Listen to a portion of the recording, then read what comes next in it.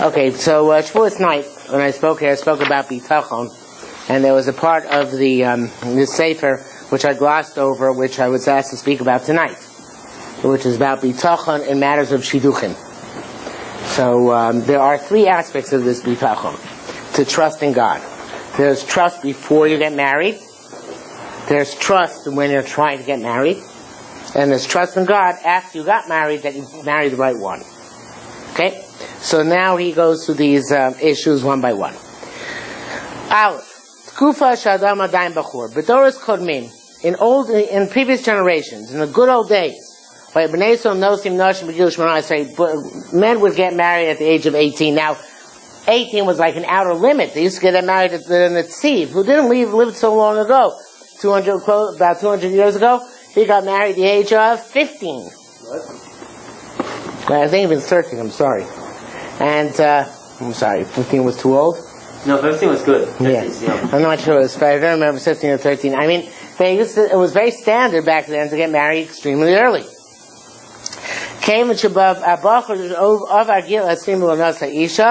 And once a young man past the age of 20 and doesn't get married, there's a special curse against him. And people used to marry even earlier. Rav Chisda, it says that he's the one who got married, I think at 15, 14, whatever. What? 16, Rav Chisda? But in our days, there are compelling reasons which impede getting married earlier, such as the parents oppose this, or a lack of spiritual maturity, or an inability to sustain oneself. Because they didn't learn a craft. Because of the concern, if you get married now, you will not progress in your learning. You might not grow up to be a Talmid Chacham. What's so funny? The other ones you didn't laugh at. This one you laughed at. He's taking this seriously, Rabbi. You don't take this seriously. What do you mean I don't take this seriously? Let's speak afterwards. Well, you said not everybody could become Talmid Chacham. What? He didn't say Gadol Hador. He says Talmid Chacham. Talmid Chacham everybody could become. Everybody could become a Talmid Chacham. Okay, except for, the absolute idiots. But most people can become Talmid Chacham, right? If that's the case, since that's the case, there is a gap. Between the age at which a person should probably get married, because of his physical maturity, and that age when he has the practical capacity to build a house in Israel. For this reason, several years before a person can actually get engaged, his head is already concerned with worries. What's going to be? How's it going to be? I be succeed and find the one which is destined, which is proper for me. What should he do in order to prepare for this?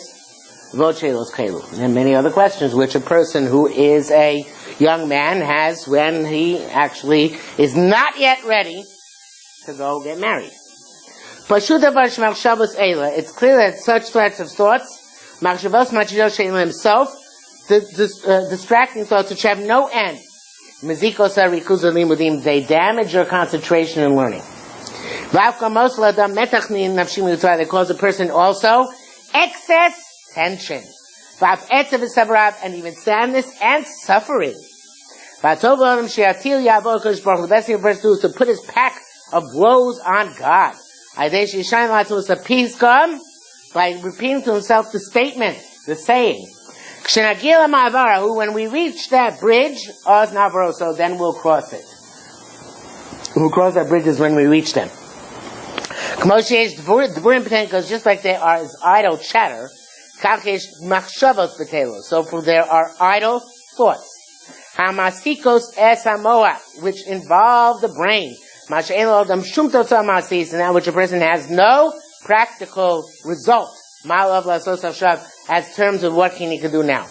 These are only youthful distractions, or literally youthful play games, the dimion child, and false imagination.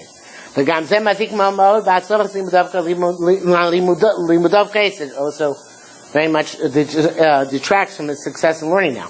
And eventually the Baruch will find out that he knows less than his friends in his group. Everything costs himself because of his lack of understanding. So this is something which happens sooner or later to all yeshiva guys. Hopefully it happens later rather than earlier. At some point,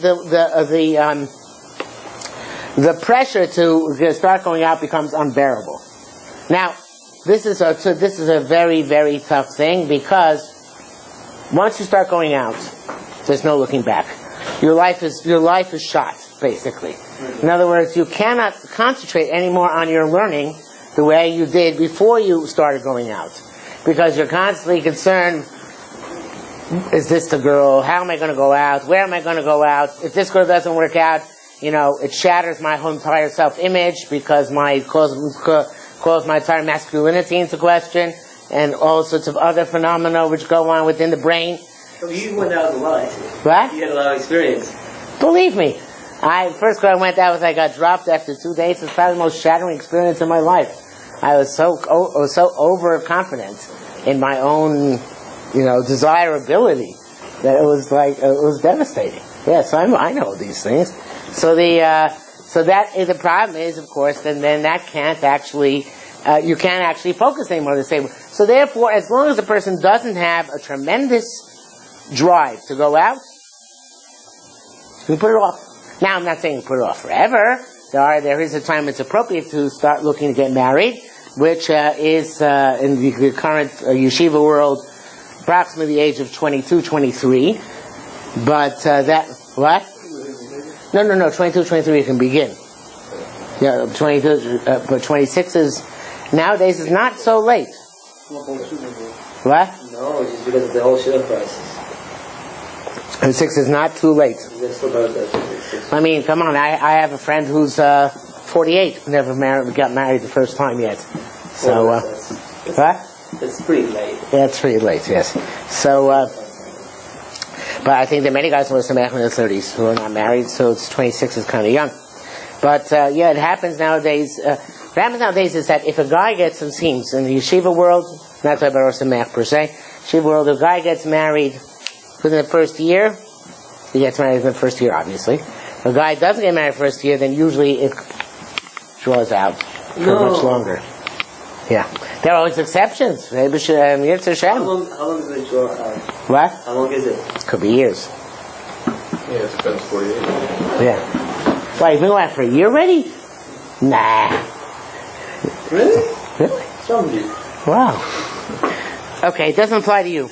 It doesn't apply to Spartans, just Ashkenazim. Okay. But of course, today especially we live in a society which is awash in all sorts of pornography and all sorts of, enticements, and therefore people feel a drive to get married younger than they did, say, when these things were not so much in the air and in, all the media and entertainment. So in the yeshiva world, what? For what? No, it's not a good thing. It's not a good thing. What should they do? There's not much they can do. In other words, if there really becomes a pressure thing, then they should have to, get married earlier. So, but if it's not a pressure thing, then you should put off getting married, till you've been learning for several years, solid, and then afterwards only start going out. So again, I would say that 23 is in the yeshiva world is an optimal age for going out, but now they start earlier. Now they start. A lot of guys start 21, and this is because I think of all the, the taivas which are out there. You're talking about like FFBs? FFBs, yeah. So how do you work? PTs will start later because, by definition, they need a couple of years under their belt before they start. Where do FFBs get the access to this media?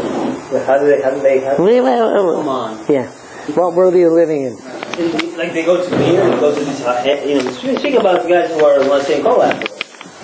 Yeah, they get access to it. You have internet at home. What? No, Of course. So have internet at home. Many homes have televisions. If they don't have televisions, their friends have televisions. If they don't have televisions, they have smartphones or iPods. I mean, you walk around with an iPod nowadays. You have access to, all sorts of forms of media and entertainment. Then everybody has an iPod nowadays, except me. So, you have BlackBerry. It's cool. no, I don't. No? I have one of these old, simple Palms. I'm in like the 1980s almost. So that's the question? You shouldn't date with a girl who has... No. Why guys feel pressure to get married earlier? Because of all the tightness in society. Okay, now we get to... What? Are they really pressured? Yeah. Some people are, sure. In the early 30s, Yes. Even the Litva's not on the feeling? Do you think the Litvaks are like a different type of species? I understand where you're coming from, don't get me wrong, but do you really think that?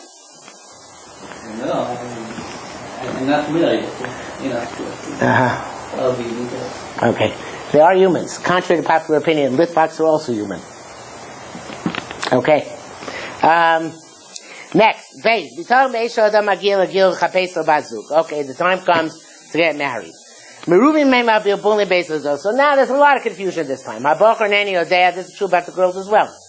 He doesn't know what's primary, what's secondary. There are those who are persuaded to look for beauty. There are those who are persuaded to look for money. There are those who look for yichus and family and honored families. Of course, many people look for all three. Like, they're not mutually exclusive, unfortunately or unfortunately. Now, you should know that as bad as it is for boys today, it's much, much worse for girls. And there are many girls who cannot get married, basically because they're not pretty enough, or even if they are pretty enough, they don't have enough money, or even if they don't have enough money, they have enough money, they don't come from the right kind of family, and all those things. So therefore, there's a lot of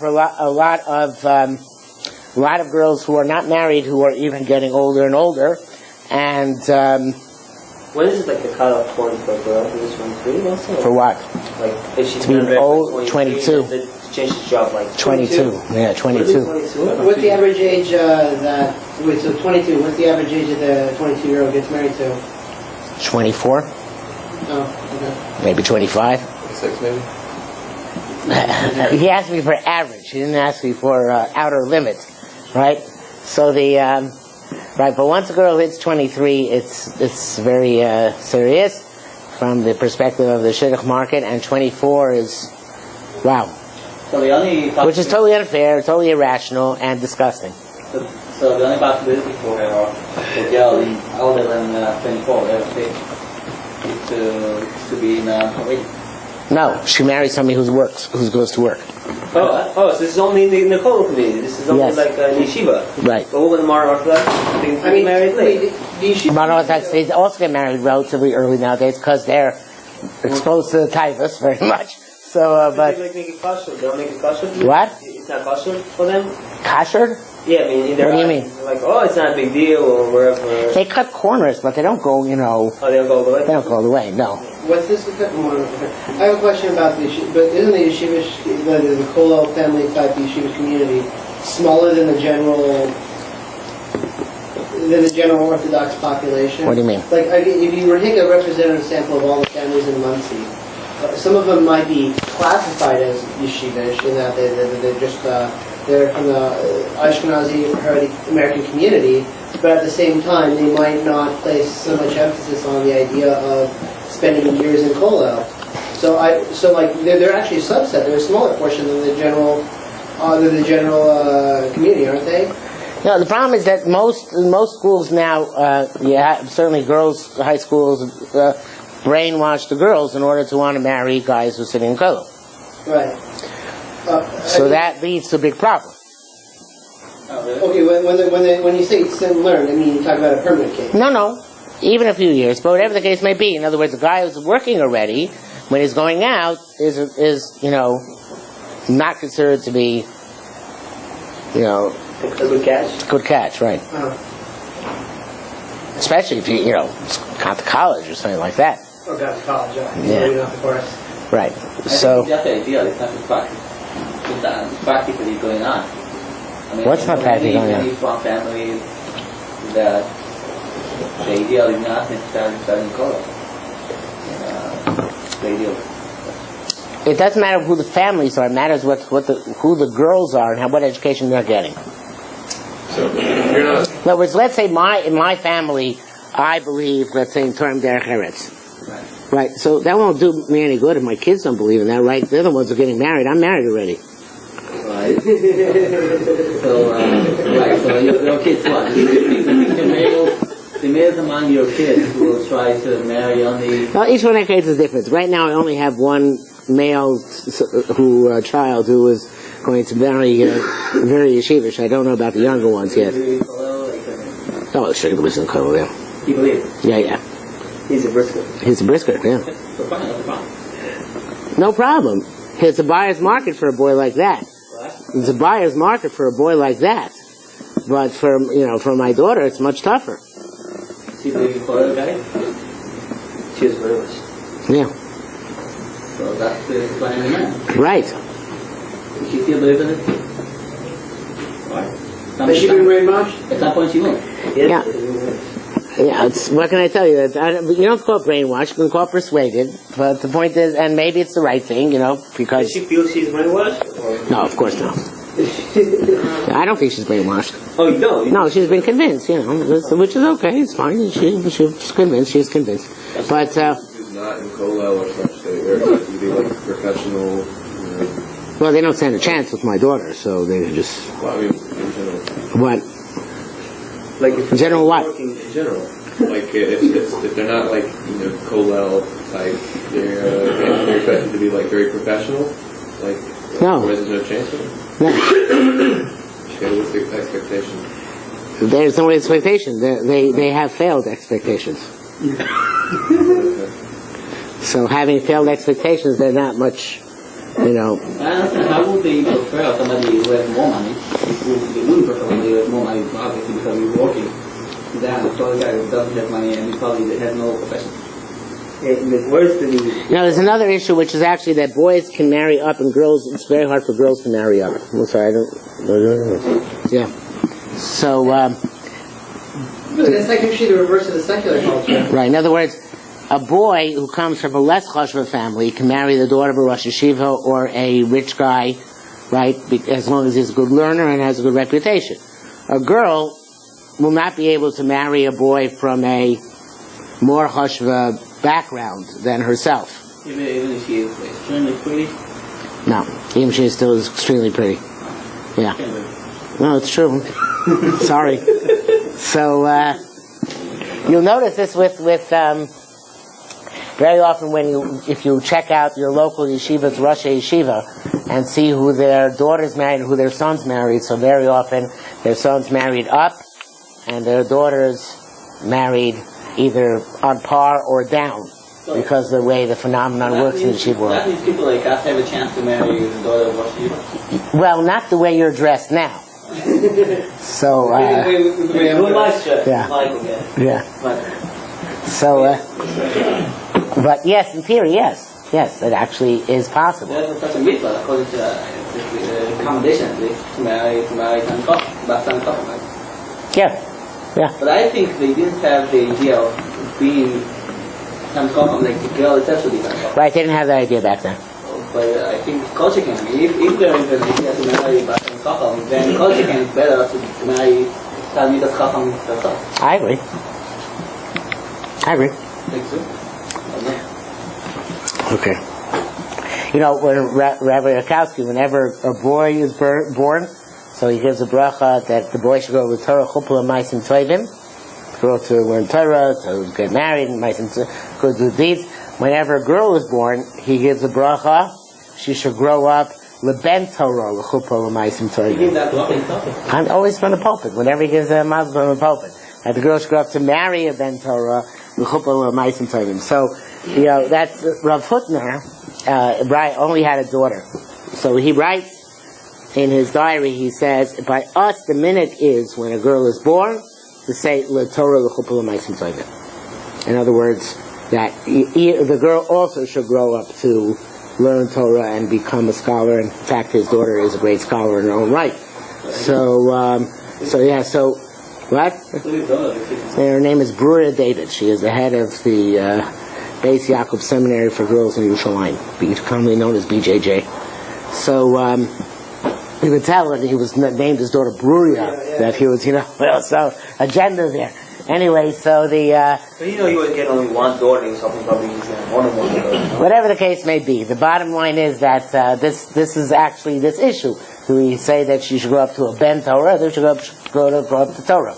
So that actually comes to this issue whether it's Bas Talmud Chacham or Eishes Talmud Chacham, or she can have the capacity in our day and age to be a, so to speak, Talmud Chacham in her own right. So what's your opinion? If she is Talmud Chacham, but her father not? I think it's good. And you have another choice, but her father is very Talmud Chacham and she is not. No, you should marry the one who's smarter. Well, he is yourself. As long as he has Yiras Shamayim, Why do you feel that, Rabbi? What? Because Bas Talmud Chacham, the whole point is that since she grew up in a house, she'll know what to do and she'll have to be imbued with Yiras Shamayim. But if she herself learns, so Kal V'chomer, that she'll know what to do and she'll be imbued with Yiras Shamayim. I don't think it's different. When you come to Shabbos, we have interesting conversation. No, that wasn't the part. I can go like that. So why would someone with 10 children want another son to support? That's what society demands. It's not a question of what he wants and doesn't want. It's an exchange, because he has 5 daughters. Son's going to support those 5 daughters. 5 sons. Sorry. Well, that's not always the case. Okay, fine, but you have a good Rabbi. Yeah, I do. Baruch Hashem. Yeah. Okay, 1 daughter, 5 sons. Yeah. So, okay. Okay, so let's go on. So, so he says the truth is that a person's efforts to find the right girl to marry are for naught. Wow. For our Kosav Groa b'Yahel or the Groa writes in the commentator of Zohar, Sheshavu Esek b'nei Adam b'inyan hazivug. It's fruitless what people do in matters of the zivug. Shakol meis Hashem, everything is from God. V'zeh shekosav, and that's what it says. Achevel b'nei Adam. People are full of hevel, of emptiness. Chazam neish. People are full of deceit. Rakmaz naim lalos. They should use their skills. Avhei mahabel yachab, but they come together with emptiness. Arkan l'shona. Umefura shoma medish. Benog shvol hama brios omrin. Where it says, what do people normally say? Ish ploni no say plonis. So and so should marry so and so et. Achakol achevel b'nei adam. This is all empty. So they say plonis, tina say ploni. So and so et should marry so and so. Akazim neish, but people are deceitful. Ad shasuin hevel. Klomar od lo yichol mitzvah. They're not made solid. They're made out of just smoke and steam. B'toch me imon, when they're still not solid within their mother's womb, heim yachad. They already have been destined for each other. Before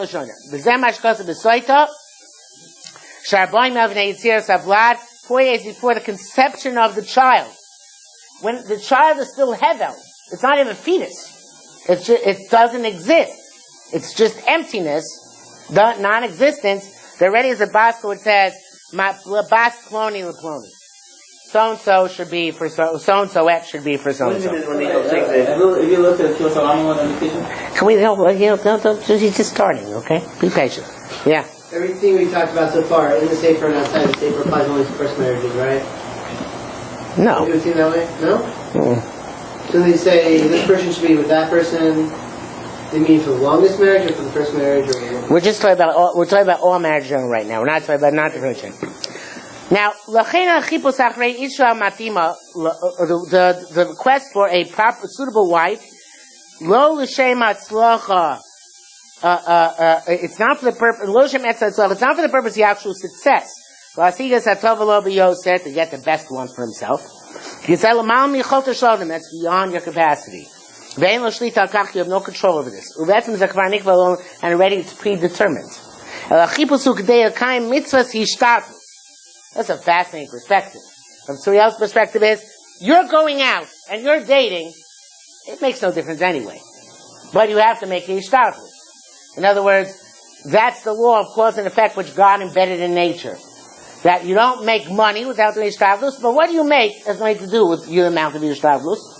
And you don't get married without dating, but who you marry has nothing to do with who you dated. So now, we don't know how much ishtadlus each person needs. Obviously, each person has different share of ishtadlus. I might have a greater share of ishtadlus, you might have a lesser share of ishtadlus of the amount of effort we have to put in. But even what Rav Tzuyel is saying is that it's only superficially effective effort. In reality, these things are all predetermined. Okay?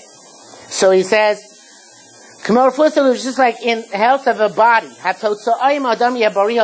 result of the person is going to be healthy or not. Turn the page. Clear Bezes HaKadosh Baruch Hu. It has to do with Hashem's decree. There's a specific mitzvah. There's a specific mitzvah shtei yishtadlu.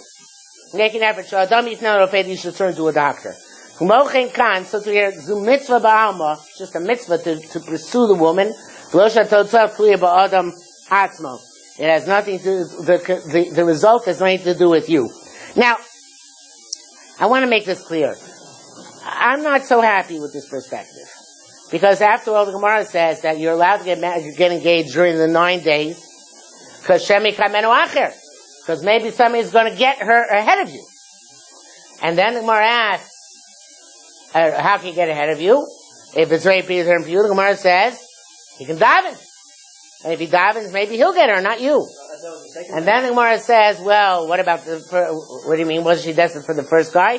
The Gemara says, well, this shidduch will not last. In other words, either one of them will die or they'll get divorced, and then maybe, or maybe not, she'll go to the guy to whom she was actually originally destined.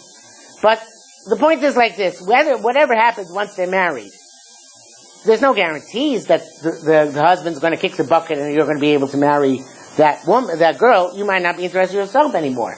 And besides that, if the other guy could get the girl through davening, so maybe he'll be able also to survive and thrive with her through davening. Right? Davening can accomplish a lot. So we see from the Gemara that there is this concept of, it's not so simple you're going to get the one which is destined for you. Somebody else might get that one. There's this famous story from the Stipler. I don't know if it's true or not. Most of the stories that tell about the Stipler are not true. But there's a... How do you know that? What do you mean, how do I know that? You don't know for a fact. You consider they're doubtful, but you consider they're not true. No, you're right. I don't know for a fact. I'm hypothesizing based on my experience with Gedolim stories. And most of them are not true. No, and I tell you one which is not true explicitly, which sheds a suspicion on all of them, which is there's this famous other story about the Stipler, that a father came to him once and said, my daughter has not been able to find a shidduch for many years. And the Stipler said, did you make a kiddush when she was born? Who heard the story? Right? And the Stipler, he said, no. So he said, well, that's the problem. He didn't make a kiddush when she was born. Go make a kiddush now. And he made a kiddush, and his daughter got engaged. So they asked Chaim Kanievsky about the story. He said it's absolute sheker. Now it happens to be true about the Belzer Rebbe. One of the Belzer Rebbe, not the current one, the one who passed away in the 40s, was a very big tzaddik. It seems that he had such a story. But people just, randomly copied it to the Stipler. Sure, it's true. The person is speaking about what? The name is wrong, but that's what I meant.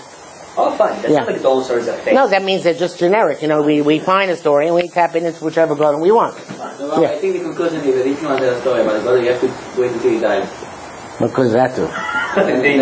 So son dies. No, that's what Chaim Kanievsky about it. So you have to wait till the son dies. So so some guy once came to Chaim Kanievsky and said, I can't get married. I'm not finding my bashert, my zivul. So Chaim Kanievsky said, the Stipler said, according to the story, he said, you already went out with her a long time ago. And he said no, yeah. What? And he said no. And he said no, yeah.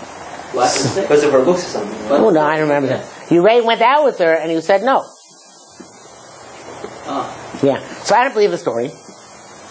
But let's say it's true, but the point is a good point. In other words, I don't believe the story is necessarily not true. I don't believe the story is necessarily true either. But it's doubtful. But Lamaisa, there is a point here. The point is that you can mess up.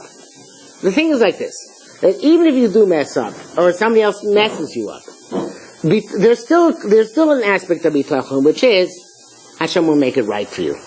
If you daven, you put enough effort into it, then Hashem is going to make it right. And the Beckhofer theory, which has never been tested, because you can't run scientific tests of this sort, is that if there's goodwill on the part of the husband, then he can make any marriage work.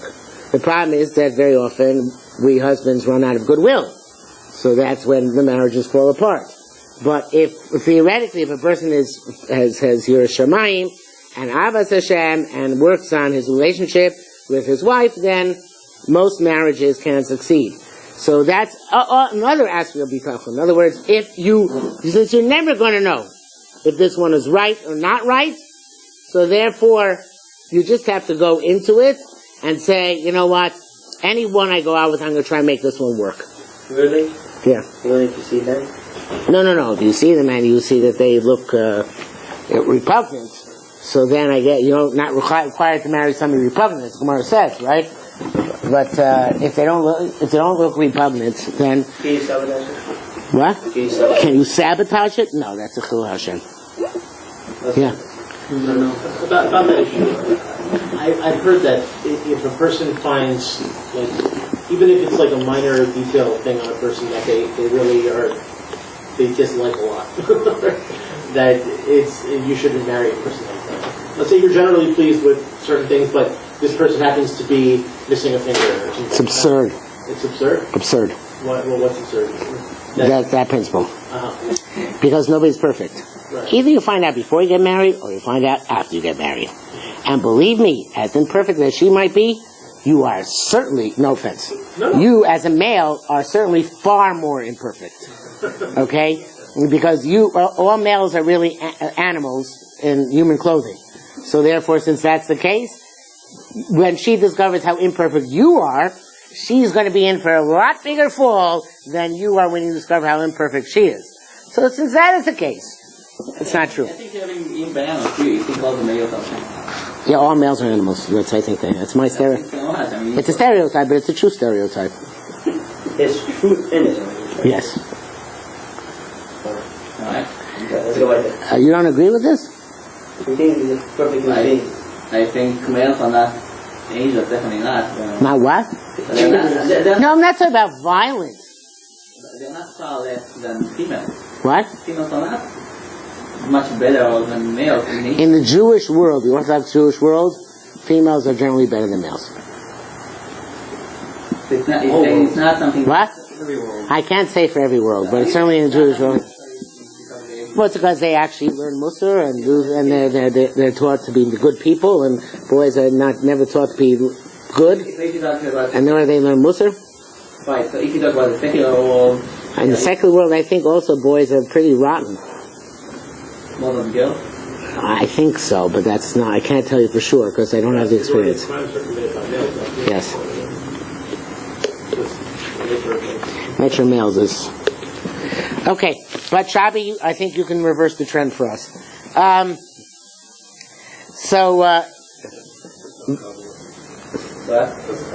let's go. Yesh v'dorein and mitzius tamidis. There is in our generation an unceasing reality. There's several older singles, me'al gil shloshim, above the age of 30, who don't find their zibug.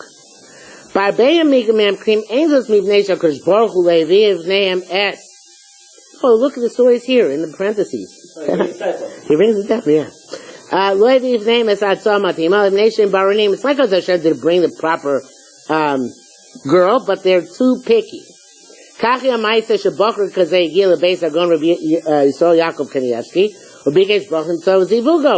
for a bracha upon his zibug. Gar ba rav, so the disciple rebuked him. Hashem suggested to you several times in the past. But you refused. The dachisam, he took pukei eser, and he rejected because of too much hesitation. Now, it's interesting. It's an ironic thing. The older singles get, the more picky they get. Yeah. You figure the older singles get, the more desperate they get. I think I know why. I think the more older they get, the more independent they get, the more money they make, and they feel the more self-defense. I don't think that that's the case. I don't think it's because of money.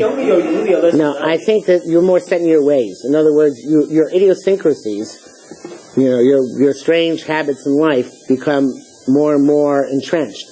And therefore, it's harder for you to imagine giving them up for another person. When you're younger, you haven't yet developed all these, habits, yes, and therefore it's in flux. How do we know it's not the case that these people having the idiosyncrasies is not the reason why they're not getting married in the first place when there's as many numbers? We don't know which the cause and what's the effect. That's true. You're right. Maybe the cause and effect is not, it's not valid. You have valid point. It might be that these are the picky ones to begin with. I agree. Could be. But the point is that, yes, it's because these people are very reluctant to give up certain patterns of behavior. And marriage means giving up patterns of behavior. Rav Shlomo Volbe has a pamphlet on marriage, which he says, which is addressed to males, which he says the husband must know that Chazal say that marriage is like having a millstone around your neck.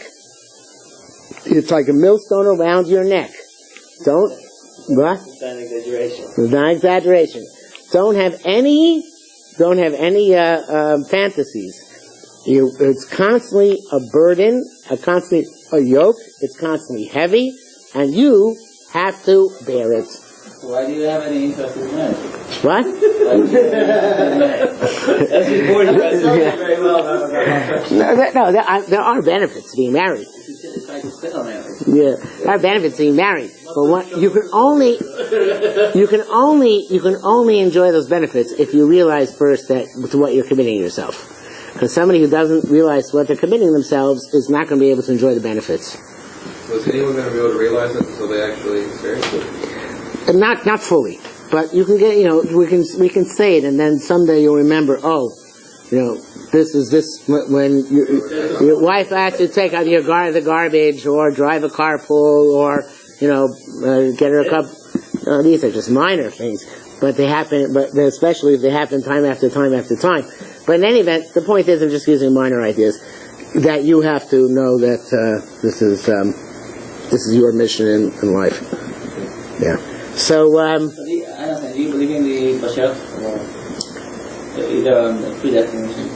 I do, but it's not. But it's self-fulfilling. In other words, let's say something is not hypothetically, but you can make it so. And do you understand what I'm saying? In other words, by davening, since davening and doing and chesed are such powerful tools, so it's immaterial. If it is your Bashar, it is your Bashar. If it's not your Bashar, that doesn't mean you can't make it work. So what's the nafkamina? There's no practical ramification. And even if it is your Bashar, you're going to have to work hard to make it work. Right? That's why most secular novels only take romance up to the marriage. They don't follow the romance into the marriage because, then... They get divorced 2 years later. Well, I don't think it's divorced, but then it's not so... then you get down to the reality of life, right? Which is... Fine, so why do the... angels or whatever who make the decision of the Bashar in your mind, why do they have to bother making the Bashar? Because it has no practical value. No, so the assumption we have is that they perceive the future and know who you're going to marry. Okay, so again, it's self-fulfilling. Whoever you're going to marry, they knew that ahead of time.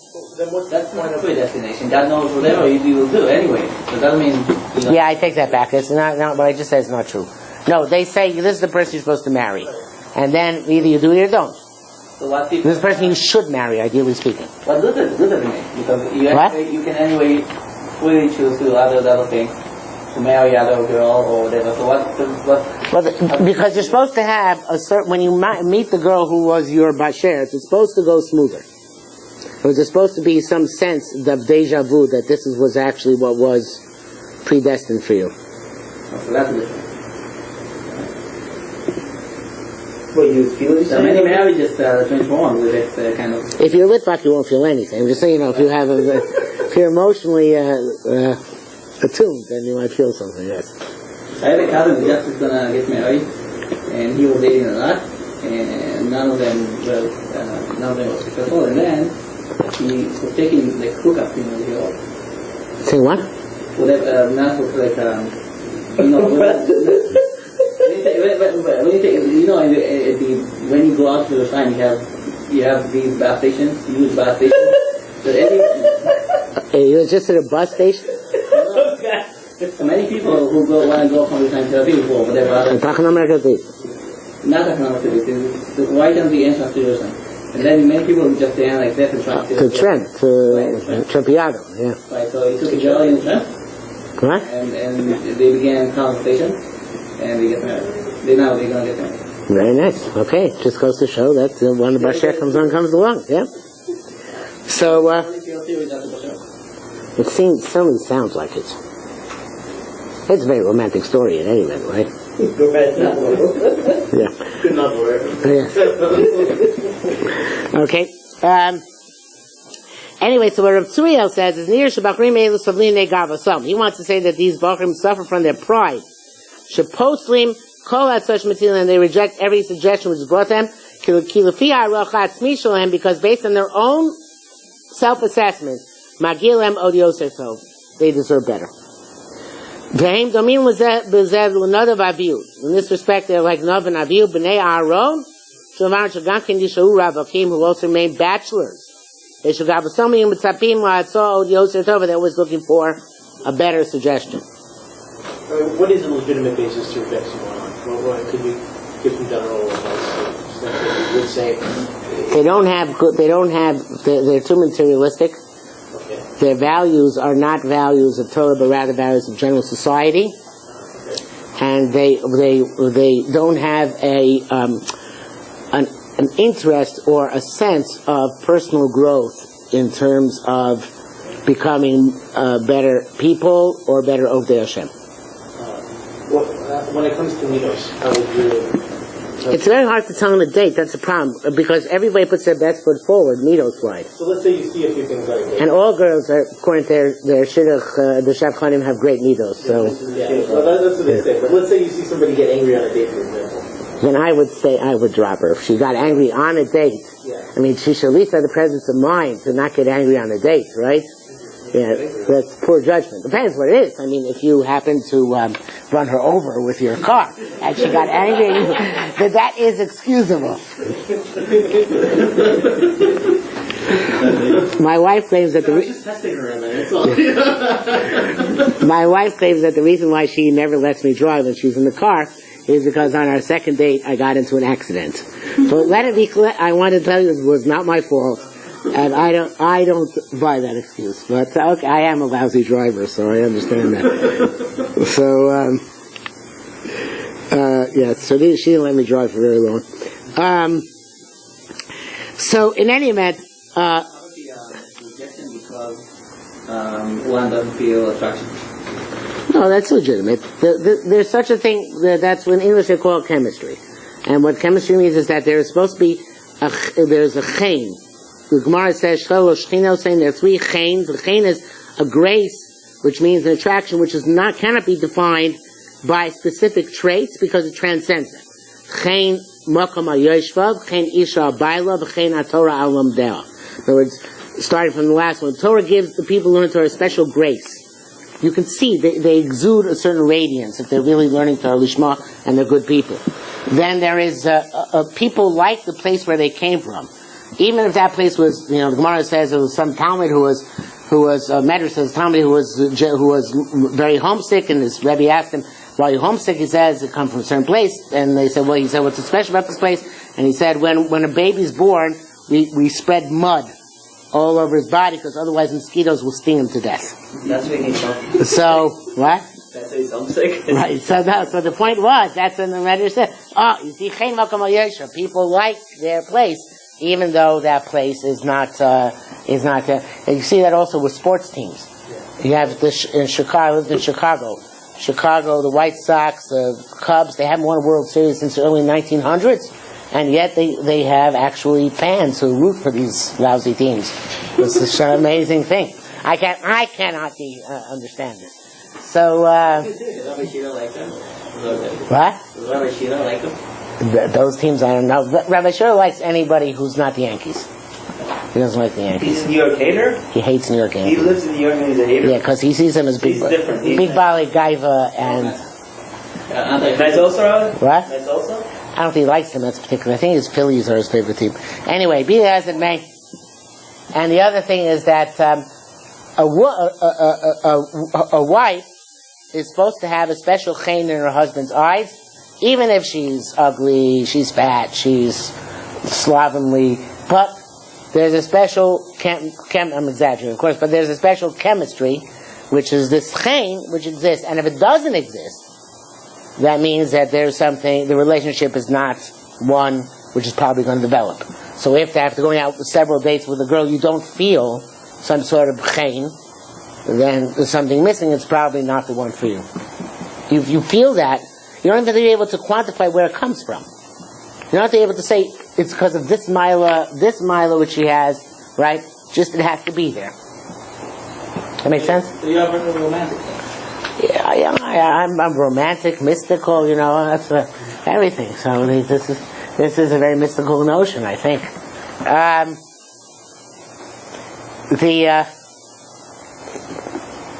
As I said,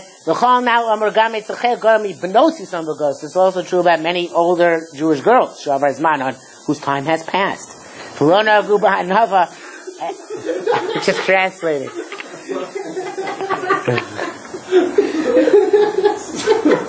You see what's good to do it inside? I would not be able to say that.